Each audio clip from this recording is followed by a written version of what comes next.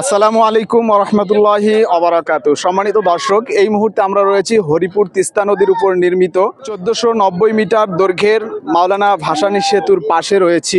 আমরা ইতিমধ্যেই দেখতে পেয়েছি যে অনেক ভাইরা, উঠতি বয়সের যে যুবক ভাইরা রয়েছে, তারা গাড়িগুলো নিয়ন্ত্রণের বাহিরে অতিরঞ্জিতভাবে তারা গাড়ি চালাচ্ছে এবং এই গাড়ি অতিরঞ্জিতভাবে চালানোর কারণেই অনেক অ্যাক্সিডেন্ট করতেছে, অনেক জায়গায় অ্যাক্সিডেন্ট করতেছে।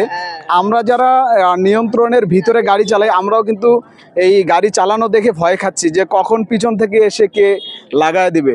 ইতিমধ্যে আমরা দেখতে পেয়েছি যে 2-4 জন এখানে ইন্তেকালও করেছিল এই অ্যাক্সিডেন্ট করে, এবং আরও অনেকে আহত ছিল। এরকম স্টেপ বাই স্টেপ অনেক সময় অ্যাক্সিডেন্ট হয়ে থাকে।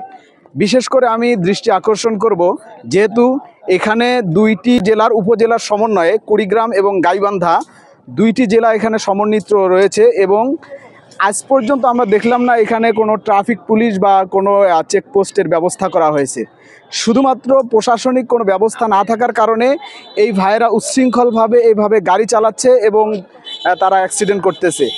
যারা আইন শৃঙ্খলায় রয়েছেন তাদের দৃষ্টি আকর্ষণ করব, যদি আপনাদের কাছে এই ভিডিওটি চলে যায়, আপনারা অতি দ্রুত এখানে ব্রিজের 2 পাশে কম করে হলেও আইন শৃঙ্খলা বাহিনীর ব্যবস্থা করেন, যাতে করে রাস্তার, যেমন আমরা দেখলাম যে রাস্তার খুবই জ্যাম হচ্ছে, কারণ সবাই একবারেই একটা রাস্তা দিয়ে যাচ্ছে।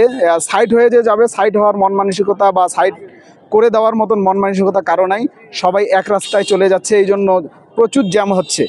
মানুষ যতজন, কিন্তু জ্যামটা প্রচুর হচ্ছে, কারণ সবাই এক রাস্তা দিয়ে যাওয়ার চেষ্টা করতেছে।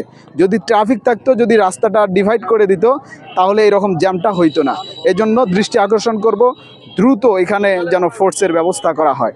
তো সকলে ভালো থাকবেন, সুস্থ থাকবেন। আল্লাহ হাফিজ।